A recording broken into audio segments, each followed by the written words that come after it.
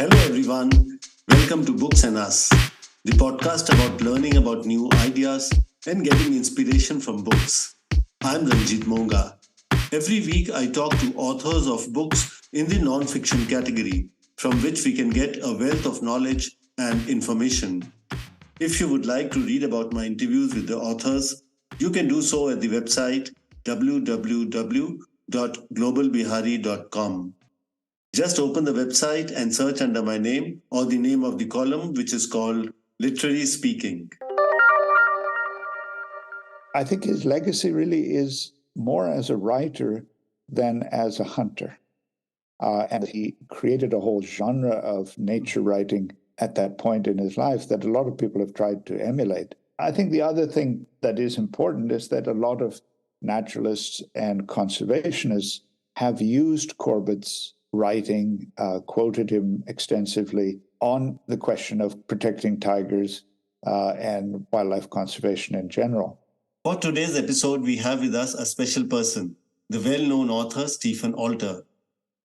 Stephen is a distinguished writer of fiction and non-fiction books. He lives in Mussoorie, where he also founded the Mussoorie Mountain Festival. He has written more than 20 books, many of them on the Himalayas, which have been much loved and appreciated.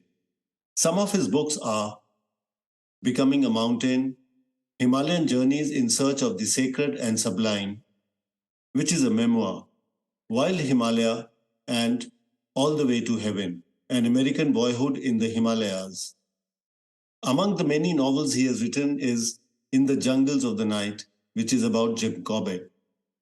Today, we are here to talk to him about his latest non-fiction book on Jim Corbett called The Corbett Papers, which was compiled and edited by Akshay Shah and Stephen Alter. The book was published in 2022. I'm sure many of you may be knowing who was Jim Corbett. He was born into a British family which had settled in India in the middle of the 19th century. Jim was born in India and remains one of the most enigmatic personalities from the colonial era. Jim spent his childhood in Nainital and was an ace hunter. He shot many man-eaters who had created havoc in the jungles of the Kumaon and Garhwal regions.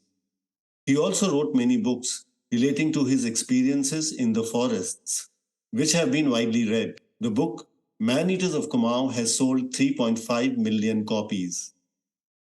The Jim Corbett National Park in Uttarakhand is named after him. So let's head in and talk to Stephen Alter.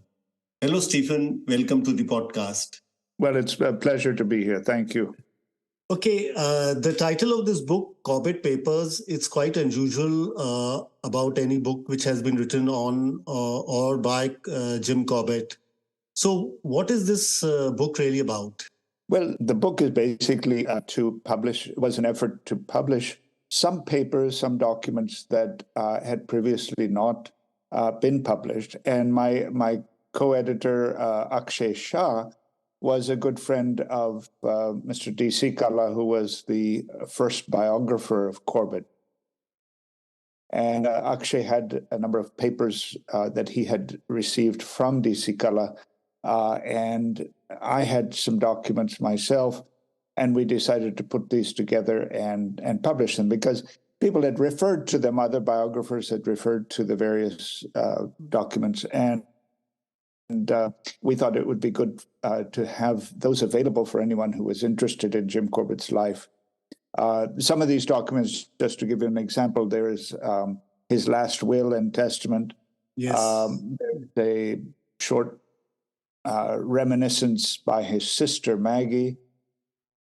And then there was a copy of the first book that he published called Jungle Stories, which he self-published and only printed about 100-ish copies of that book. So these were all the different documents that we wanted to put together, along with several other interesting pieces that are related to his life. Which document, in your opinion, is the most unique in this collection? Well, I think his sister Maggie's reminiscences is, for me, the most interesting because it gives us a perspective on him. She lived with him for most of his life, He mentions her in many of his own stories, but we never really get her voice or hear things from her perspective in any of the other books or even the biographies that have been written about him. So that reminiscence, I think, is unique. The other piece of it that is probably of most interest to people who are keen Corbett fans is the first publication, which is not a very long book. It was about 110 pages altogether, and many of the stories then later appeared in Maneaters of Kumaon. But this book's people to actually read those stories as Corbett arranged them initially, just for his friends and acquaintances in Nainital, and it's a fascinating collection just for that reason. So Jim Corbett has been an enigma for a lot of fans, for a lot of people, for a lot of conservators. So can you describe what was he really like? No, I probably can't, but I can guess at what he was like.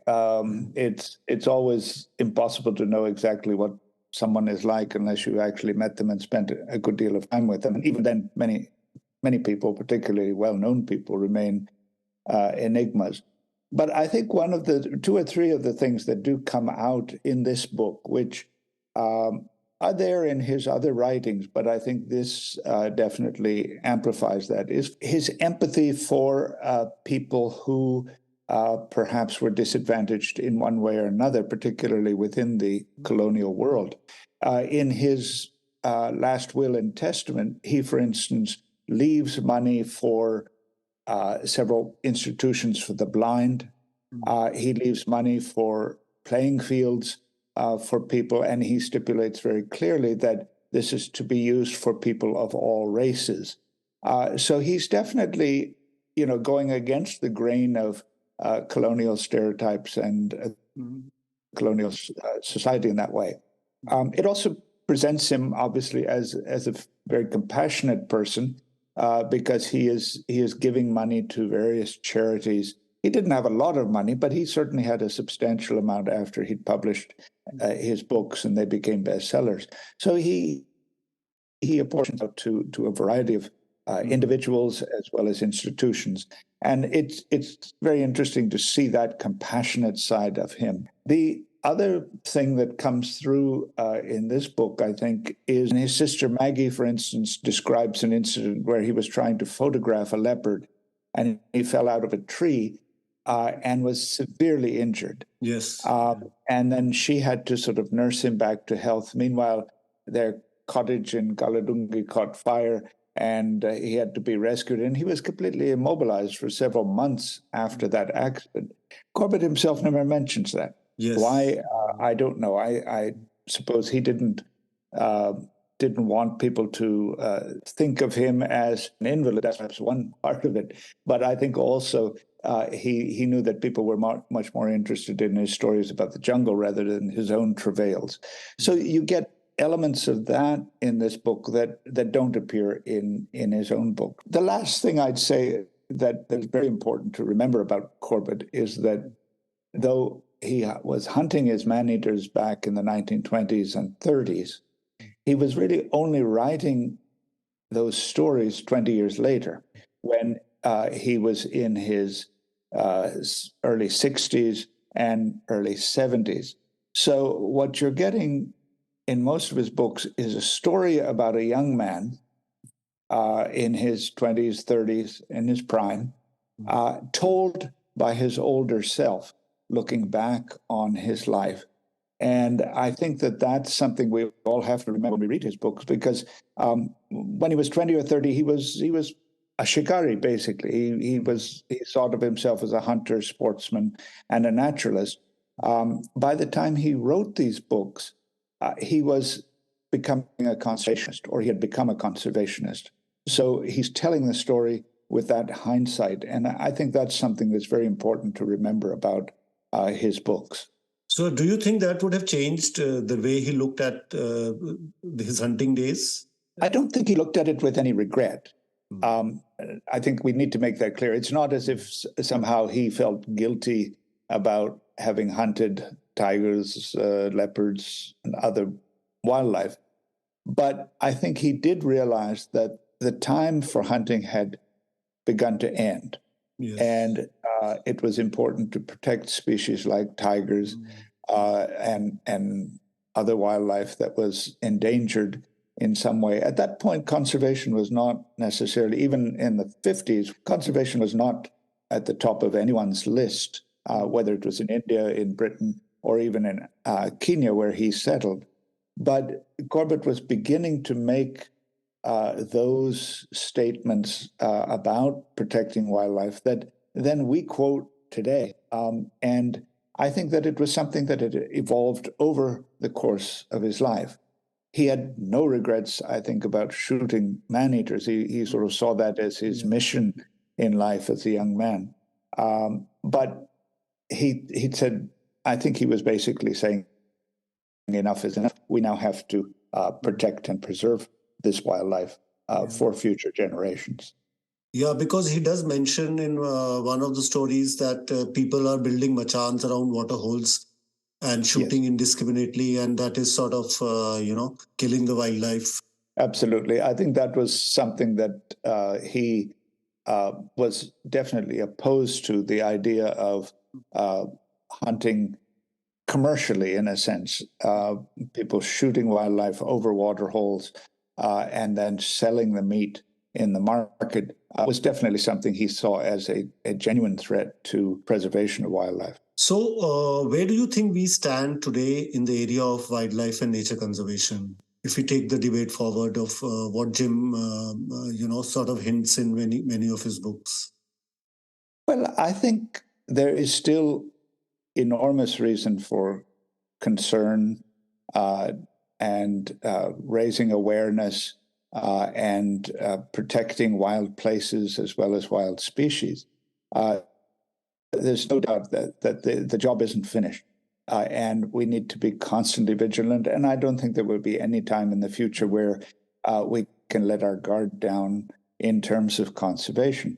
But having said that, I'm much more optimistic than I would have been, say, 20 years ago or even 30 years ago, because I think that with efforts like Project Tiger, which is now 50 years old, those 50 years have really seen wildlife scientists, conservationists, state forest departments have put enormous effort into protecting the places that tigers inhabit. And as a species, I think the tiger has been brought back from the edge of extinction.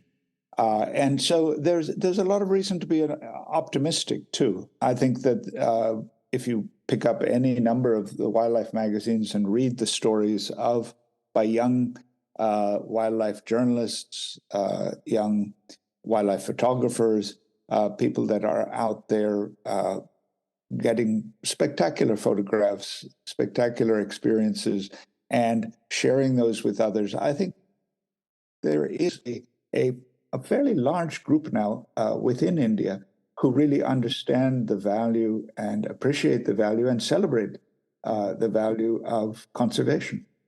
Yeah, even, this Indian documentary, Elephant Whisperers, has got an Oscar. Even that talks about conservation a lot. Yeah. Absolutely. Yeah. And I think that something like the Elephant Whisperer, or even the one that is on the black kites, I'm forgetting the title right now, but these are documentaries that are focusing on species that perhaps were ignored. Everything was tigers, tigers, tigers for many years. And now I think we're realizing that there are a whole lot of other species in addition to these major apex species that attract a lot of attention. Okay, in the book, there is also a description of the park, which was written in 1954. And it was a fascinating read, to read about familiar places like Sultan and Saptuli and Dikala, because I've myself been there maybe 50 times in the past 20, 25 years. So do you think that the park is nearly alike the way it was described earlier? I think that the park is quite different now from what it was described. Obviously, the landscape is relatively the same. You have the beautiful Ramganga River passing through the Patli Dun. You have the Sal forests. You have the lower foothills at the north end of the park. So the landscape itself perhaps has not changed that much.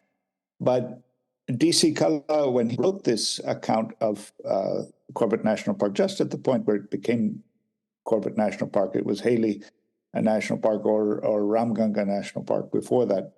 What was happening was people are actually hunting in the buffer zone, and he describes that. Yes. In his account, he describes how there were. He didn't see a whole lot of. He certainly didn't see any tigers. He saw a few cheetal and sambar, a certain amount of bird life and other things. He appreciates the forest, but as far as an opportunity to observe wildlife, it was relatively limited. And part of that was that there was a huge amount of disturbance along the periphery of the park. And so that, I think, is something that has changed. There are other kinds of disturbance now. I think there are probably too many safari vehicles running around different parts of the park. So there's that kind of disturbance. But certainly there's far less poaching. There's far less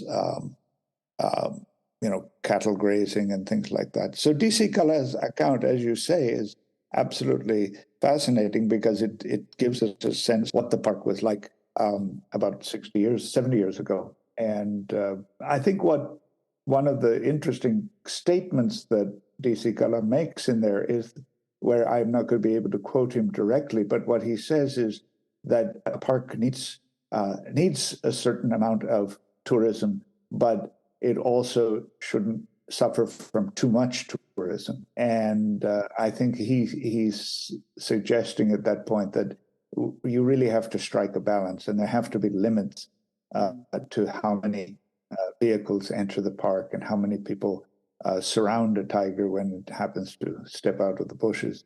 It is very important that the tourists that do visit these national parks understand why they're going there. They're not going there for a picnic. They're not going there to party. And they are going there to see something that is unique, that is part of India's national heritage, its natural heritage. And that's what these parks should be for visitors. They should also, of course, be a sanctuary for wildlife. And there should be sections of the parks that are not disturbed in that way. But it's bringing the people, the sort of people, giving access to the park to the sort of people that really appreciate it, not just somebody who has a free weekend and thinks, let's go wander and have a party in the jungle. That's absolutely the wrong kind of tourist that you want. Do you also feel that there is some sort of a special vibe, in the place over there? Because I and many people who I met who have visited Jim Corbett Park a lot of times, they feel a sort of a spiritual vibe in that place. Do you also get a feel of that? Well, I think each person will bring to a place, their own memories, their own spiritual triggers, whatever you want to call it. So some people that visit Corbett National Park, the fact that it's named after him will trigger certain responses, an element of nostalgia, perhaps, whatever it may be. For me, it's Corbett National Park is a place that I've visited. It's more than 50 years since I've visited Corbett National Park, and I've seen it change drastically over the years in terms of the accommodation that's there in the park, in terms of the rules and regulations that are there.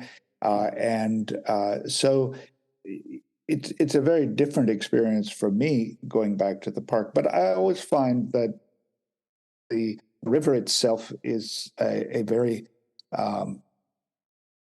powerful presence in that forest, and it's something that I certainly respond to on an emotional level. I respond to it on, a spiritual level, I suppose, in the sense that it is a place where I appreciate the solitude of nature and the the beauty of nature in a setting like that. There are very few rivers that are as beautiful as the Ramganga. There's no question in my mind. I can say that with complete certainty. But each person, I'm sure, takes away their own impressions, their own emotions that a place like that inspires and arouses. Because you have also said that in the book that Corbett has inspired numerous people because it may be because of his detailed and specific accounts of the physical world or the powerful underlying sense of place he evokes. I think this is what you are trying to say over there, right? Absolutely. I mean, I think that nobody is going to read a Corbett book today in order to learn how to shoot a man-eater. Yes. That, of course, is not going to happen. It's not an instruction on how to shoot a man-eater.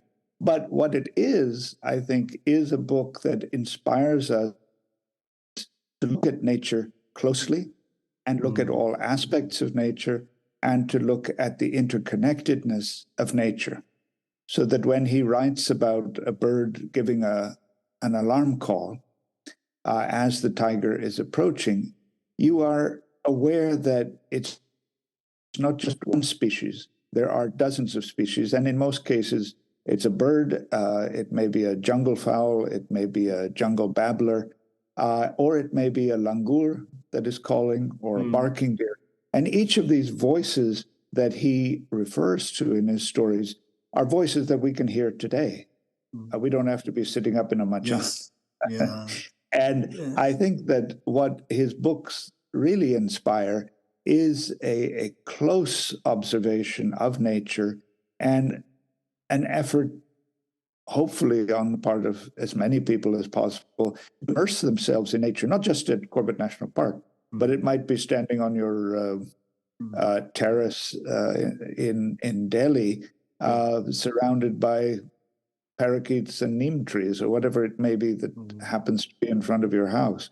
That you can experience nature there just as much as you can in the Patri Dun and at Dikala. And you have also mentioned that you had undertaken a journey, which sort of retraces the spots where Jim Corbett's stories played out. I did that, I think it was 78 or 79, I can't remember exactly, but I was writing at that point for the Illustrated Weekly of India.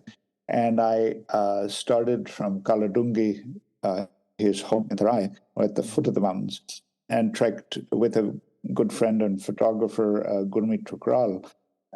He and I trekked up to Nainital, and then from there we crossed over to Mornala, and then Devidura, Champawat, and then down to Chukka and Tanakpur. So it was fascinating to be able to walk through many of the landscapes that Corbett himself describes. So what was it like? I certainly felt the presence of his stories, and I could visualize the stories as he told them, even though it was, how many years later, 50, 60 years later. When we visited Devidura, which is the setting for a title story called The Temple Tiger, which was his second book of man-eater stories. There's a fascinating story about how he tries to shoot this tiger, and each time he tries, something stops him. And he is told by the villagers that this is a sacred place and the tiger is protected within this domain. So we were there, Gurmeet and I were staying at the Forest Rest House there, and we were able to observe. There's a particular festival during August, I think at the end of Shravan, where there are several things that happen. There's a temple with a wonderful shrine right inside the rock. I visited that. And then there's a sort of a combat that takes place between villagers in different parts of that region of Kumaon, where they get together on this field and with big bamboo shields, and they're throwing rocks at each other. It's been documented by many journalists. It was fascinating to just be able to see that. And in that context, then thinking about Corbett's stories, particularly the Temple Tiger, you really got a sense that this is a landscape where there is the hunting story, but there is also the layer of mythology. There's the layer of folklore that also is part of that narrative. And he certainly uses that in his books. He introduces quite a bit of mythology, quite a bit of folklore with his own personal experiences. And I think certainly walking through those mountains and seeing, where he describes seeing lights at night on the sacred Purnagiri mountain and others like that. Yeah, definitely. You knew you were in Corbett country, and it was a wonderful experience. I don't know what it would be like now. That was a long time ago. Okay, one more question I want to ask you is that Corbett was born and brought up in India, but he chose to leave when independence happened. Can you relate to this experience personally, because you were also being brought up in India, and you have also probably faced the same kind of when people consider you a bit unique or different from most people around them. So are you able to relate to Corbett's mindset and that why he left India and maybe he shouldn't have? Well, I think I can't say for certain why he left, but I do. As you say, there are elements of his biography that run somewhat parallel to mine, and there is this constant sense of where do I belong. I think it's not something that I myself worry about too much, but other people seem to worry about it much more than I do. And I suspect in Corbett's case, that was probably the situation too. A lot of the colonial residents of Nainital and that part of Kumaon were all packing up to leave. Yes. And I'm sure they were all saying to him, come along.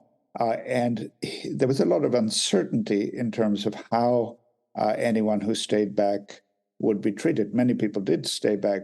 People of British ancestry did stay back in India and continued to live in India and lived a happy life in India after independence. But for Corbett, I think there was a certain amount of uncertainty. His health also was not very good. He'd been sick many times. And I think he and his sister decided that rather than face the uncertainty, they would move to Kenya, where his closest friends were also moving. Interestingly enough, they did not move back to the UK because they really had no home there. So they saw Kenya as an alternative, the highlands of Kenya as an alternative to Kumaon. I've explored this question a little bit in a novel that I wrote, In the Jungles of the Night, which is a fictional account of Corbett's life. Yes, and, I read a bit of it. Yes. Yeah. In that, I try to suggest that maybe he had some regrets, but that's a novelist make things up. I have no idea whether he had any regrets or not. And maybe he didn't, but. Whatever it was, I think there was a exodus going on at that point, just before and right after 1947, that Corbett chose to be a part of. It's hard to know, did he make a mistake or not? I don't know. I mean, I think he lived a fairly happy life the last few years in Kenya. He happened to take the princess out on safari and met Queen Elizabeth. Yes. And all of that. So I think for someone like him, who was a hardcore royalist, there was a lot of satisfaction in that, and he wouldn't have had that experience if he'd stayed back in India. So who knows? Who knows? I don't pretend to understand why he did it or how he felt about it. I can only approach it as a novelist, really, trying to imagine what it might have been. Yeah, and those were different times. So what decision he took at that time was related to the circumstances at that point, I guess. Of course. Okay. What do you think is the legacy of Jim Corbett? It's an interesting question. what was Corbett's legacy. I think the important thing to remember is that if he had just shot Maneaters, we probably would have forgotten about him. He would have been a footnote in the history of colonial India in the early part of the 20th century. His name would have probably been remembered, but I don't think he would have had the name recognition that he has now. And the whole reason is that he wrote the books he did. So part of his legacy, a large part of his legacy, is as a storyteller and as someone who wrote evocatively about the forests of India and the wildlife of India. He definitely created a whole audience for wildlife adventure writing through his books. It's remarkable how many people have read his books over the last century or so. So I think his legacy really is more as a writer than as a hunter. If he just shot some man-eaters and had a few skins hanging on the walls, I think he would have been largely forgotten. But the fact that he is such a good writer, and he created a whole genre of nature writing at that point in his life that a lot of people have tried to emulate. I think that's his greatest legacy. I think the other thing that is important is that a lot of naturalists and conservationists have used Corbett's writing, quoted him extensively on the question of protecting tigers and wildlife conservation in general. So I think he gets used by a lot of conservationists. You know, he gave up the rifle for the camera. How true that is, we don't know, but at least that is the sort of stereotypical story there. So it's largely as a writer, he has created a legacy for himself. And secondly, by inspiring naturalists and conservationists to explore the forests of India, protect and preserve the forests of India. And also, I think his name is a big draw for people who visit the Jim Corbett National Park and then get to know about him and then keep coming back for more and more. Yeah, I think everyone has cashed in on Jim Corbett's name. If all you have to do is go drive towards the park near Ramnagar, and I think every second tea shop is a Corbett tea shop, and every lodge has somehow used Corbett's name in one way or the other. Yeah. And there's even a Corbett rum that is produced in Lajpur. Yeah. No, I have been to resorts where that was in Mukteshwar, where a person has a rifle which he claims used to belong to, or at least Corbett had done some shikar or shot some leopards with that, and it was gifted to his great grandfather. And so you hear these stories everywhere in every resort. Some photographs, something or the other is kept as a memory. Right. Yeah. Okay. You would know the park and its area very well, and even the sites which are associated with Jim Corbett, like his house in Kaladungi and Gurney House.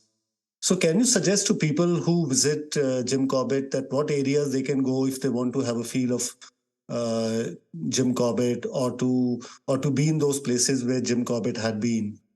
Well, I think anyone who is interested in Corbett's story and the world that he lived in Kumaon, all they have to do is go to some of the famous places mentioned in his books, whether it's Kaladungi, his winter home, or Champawat, or Muktesar, or Tukka, Tak, all of these sort of places. They're there.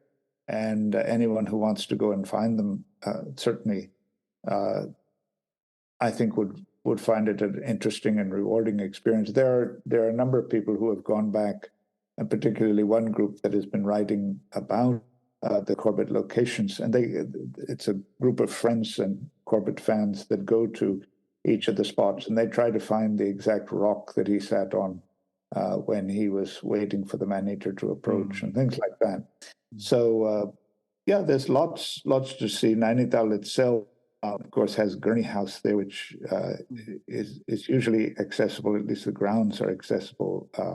You have to take permission to visit, but it's there. And the lake itself, he writes about that.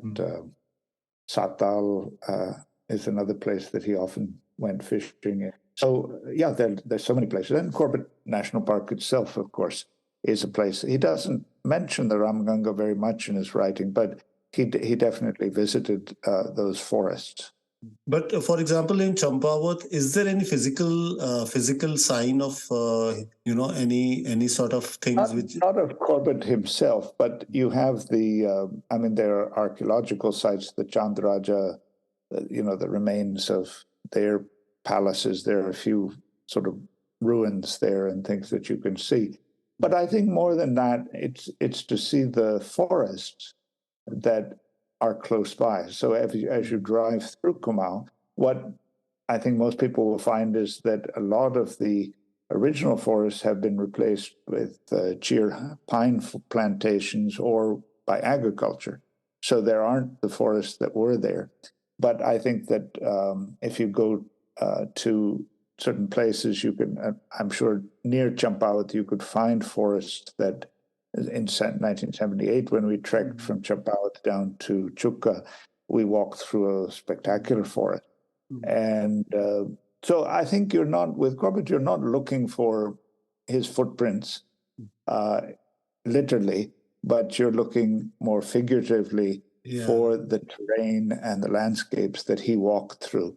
And I think that's the best way to approach it, is to say, I'm looking at the same view that Corbett looked at 100 years ago. That approach is what I would recommend to people, rather than finding the rifle he used or a tin mug he drank his tea out of or something like that. The main thing is to go there and then try to imagine what it was like in the 1920s and earlier when he was growing up there. And I think that's the approach to take, rather than to actually try and find artifacts that are connected to his life. Okay, Mr. Alter, thank you so much for giving time to us for this interview. And it was really great speaking to you about Jim Corbett. Well, thank you very much. It was a pleasure speaking with you. Thanks so much. So that was an interview with Stephen Alter on his latest book, The Corbett Papers. Well, listeners, I would like to say thank you to all of you who have been sending feedback on the podcast. If you would like to share about a book or know authors you would like to put me in touch with, you can reach me at podcast@ramonproductions.org. That is RAMONPRODUCTIONS.org. Thank you for listening to this episode of Books and Us.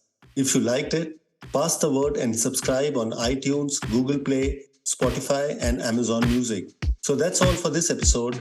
This is Ranjit Monga signing off. Till next time, goodbye and take care.